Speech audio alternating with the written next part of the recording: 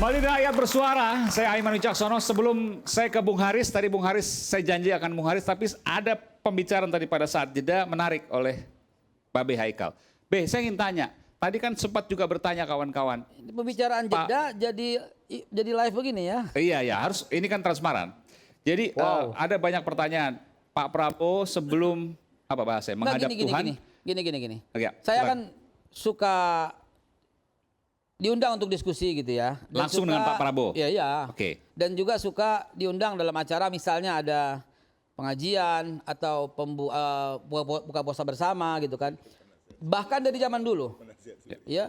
Dari dulu ya ketika masih zaman periode 2018, 2019 yang saya sampaikan itu sering sekali berulang-ulang. Apa itu?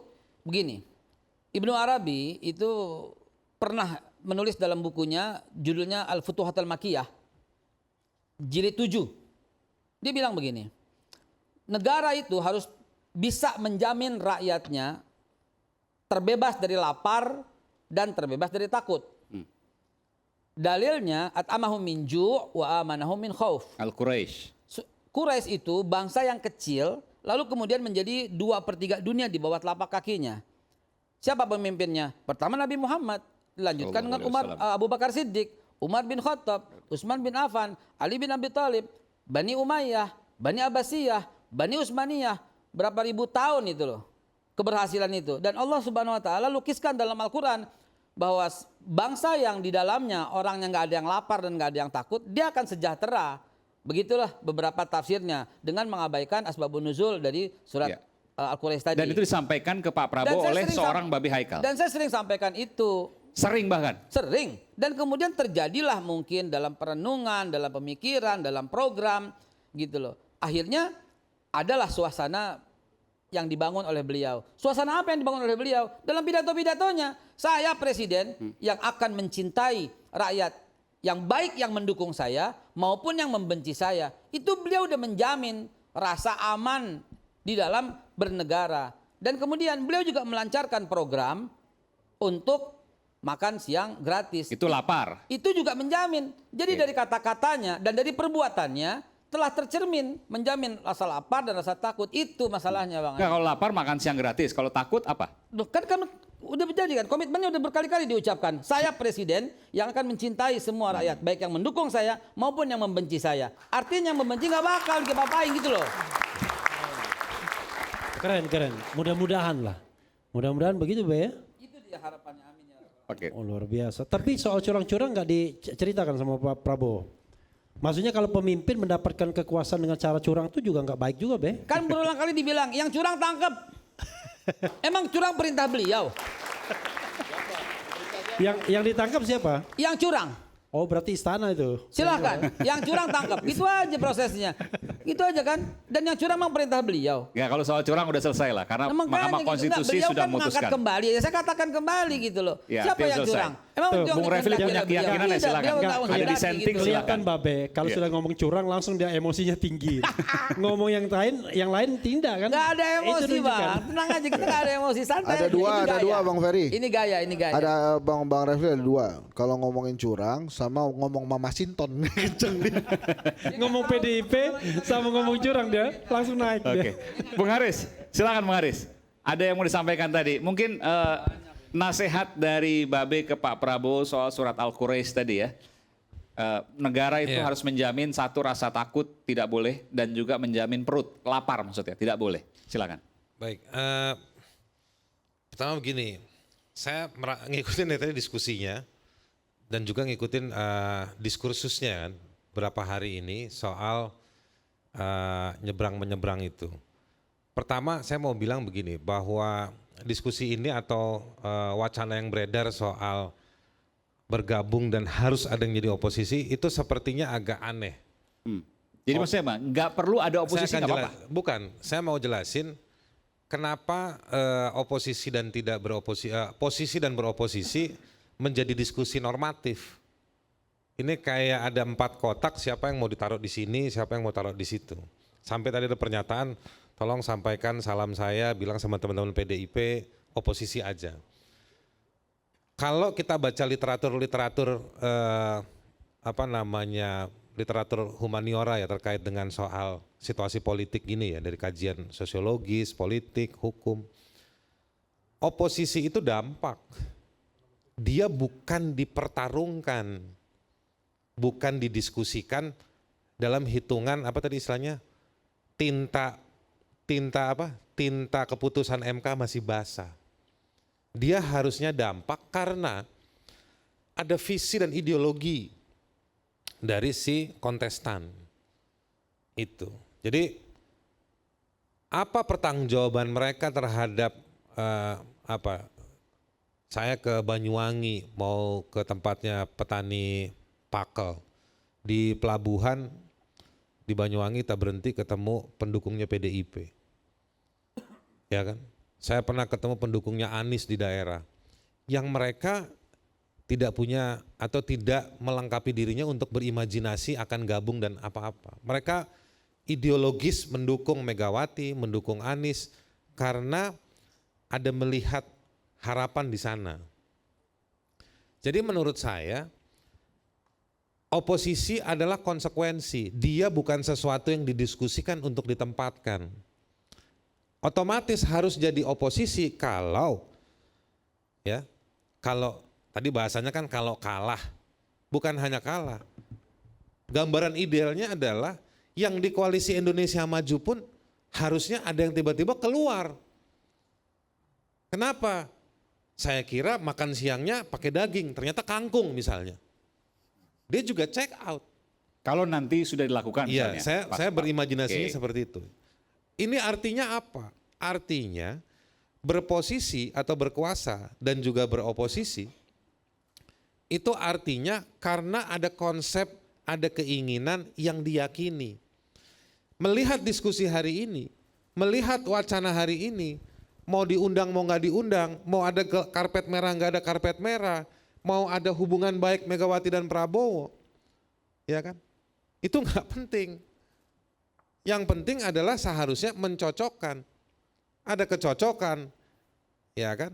Dan kecocokan itu nggak harus dia bergabung. Pertanyaan tadi perdebatan, belum masuk sudah masuk, nggak ada di rujukan tata negara kita. Koalisi itu disahkan di mana dengan mencet tombol apa, ada tanda tangan apa, nggak ada. Itu fatsun. Yang tadi kalau Bung Refli bilang menyebutnya itu fatsun dengan indikator-indikator. Semuanya gestur. Nah jadi yang penting buat kita, buat saya mau bilang, rakyat ada orang yang mendukung. 58 oke. 58 bisa kita diskusikan, tapi saya nggak usah diskusikan. Tapi yang non 58 juga punya harapan. Bahwa presiden bilang, terpilih Prabowo bilang saya akan jadi sekarang ini bukan soal person Prabowo. Presiden itu kelembagaan, benar nggak Om? Dari sisi tata negara presiden itu kelembagaan. Ini baru kali ini saya membenarkan dari A sampai Z. Jadi saya nanti mau saya tambahin, melanjutkan, saya tambahin. Kepresiden itu kelembagaan. Persoalannya, backbone-nya, tulang penyanggahnya buat lembaga kepresiden itu di Indonesia dengan sistem multipartai. Saya mau nyambung ke poin berikutnya dalam soal multipartai. Catatan saya dan sejumlah teman yang kerja atau ikutin isu anti korupsi, hak asasi dan lain-lain. Multipartai ini sebetulnya dia salah satunya secara tidak langsung ya, mesti diperiksa nanti kita siap kita buka gitu. Tapi dia menyumbang banyak praktek tindak korupsi. Dia menyumbang Multipartai. Kenapa? Tadi multipartai. Sistem multipartai ini. Oke. Kenapa dia menyumbang sistem praktek korupsi dan juga kejahatan terhadap lingkungan hidup dan lain yang diperdebatkan di debat presiden tadi soal hilirisasi nggak hilirisasi? Karena yang memegang kendali dalam prosentase tertentu adalah orang-orang yang punya akses politik. Sekaligus saya mau mengkritik pernyataannya Babe Hekal tadi yang bilang bahwa kalau ada ini saya omongin, gak semua orang rakyat jelata itu yang jadi korban dampak pencemaran industri nikel, banjirnya batu bara, punya akses ngomong sama Prabowo seperti Babe Hekal ini, ya kan? Nah jadi yang saya mau bilang, yang pegang informasi, yang tahu bahwa ada bisnis apa, kebijakan apa dibikin, didorong, ya orang-orang politik ini. Rakyat nggak tahu. Nah, kalau multi partai mereka akhirnya berbagi. Saya selalu bilang di mana-mana ada 3 kalau orang ini dari multi partai ini nanti kalau koalisi berbagi jabatan, berbagi sektor usaha, dan berbagi penguasaan teritorial. Di daerah ini siapa yang main, di daerah ini siapa yang main. Jangan lu masuk ke Maluku Utara, lu main di Sulawesi Tenggara aja. Ya kan, batu bara, oh itu mainannya Kalimantan Selatan, ini Kalimantan Timur. Ya kan?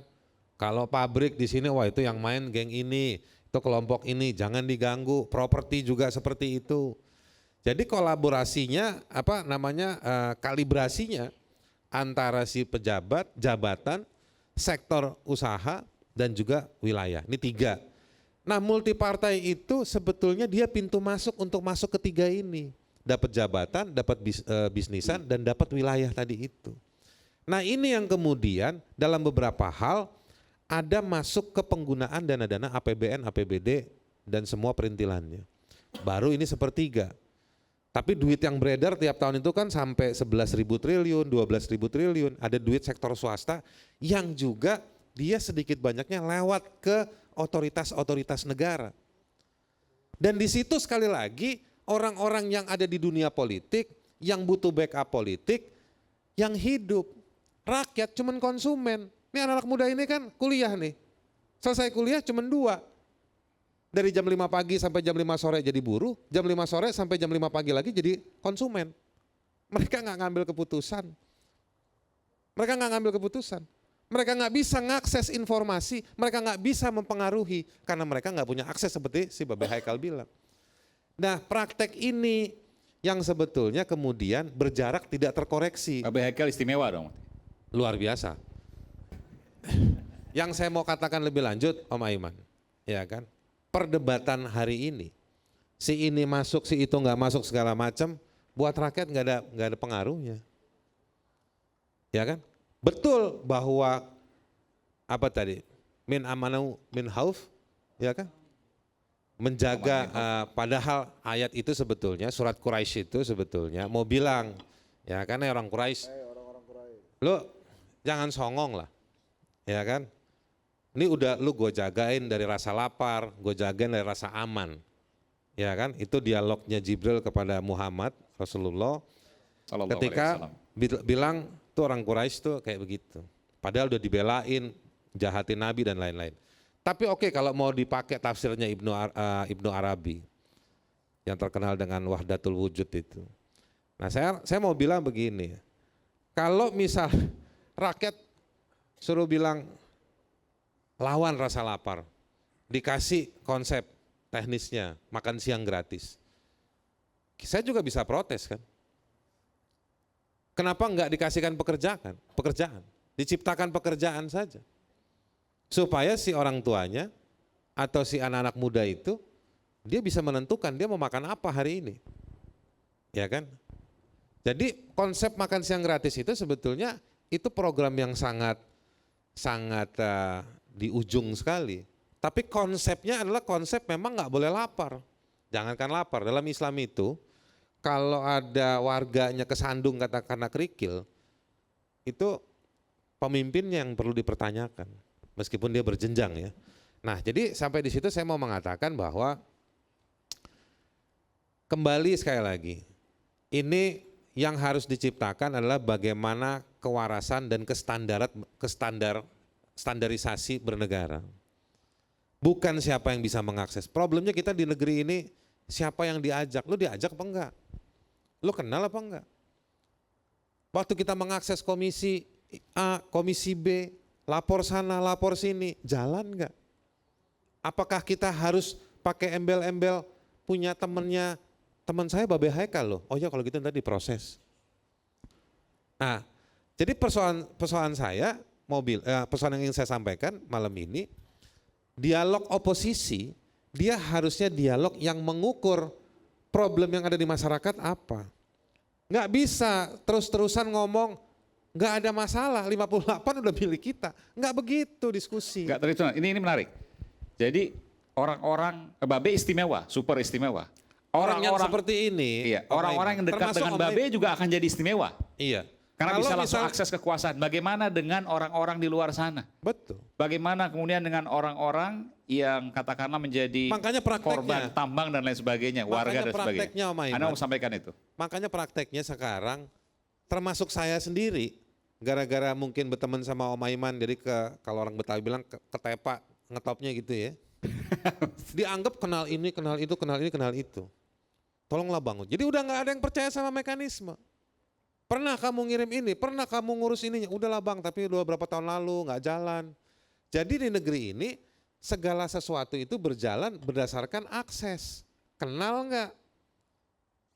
Bisa nggak? Itu yang disebut dengan ordal itu. Saya mau tambahin ya. Bung Refli, nanti saya berikan kesempatan. Saya jeda dulu, kita jeda kembali ke rakyat bersuara. Setelah jeda nanti saya akan ke Bung Babe dan juga Bung Refli. Sesaat lagi. Bung Babe.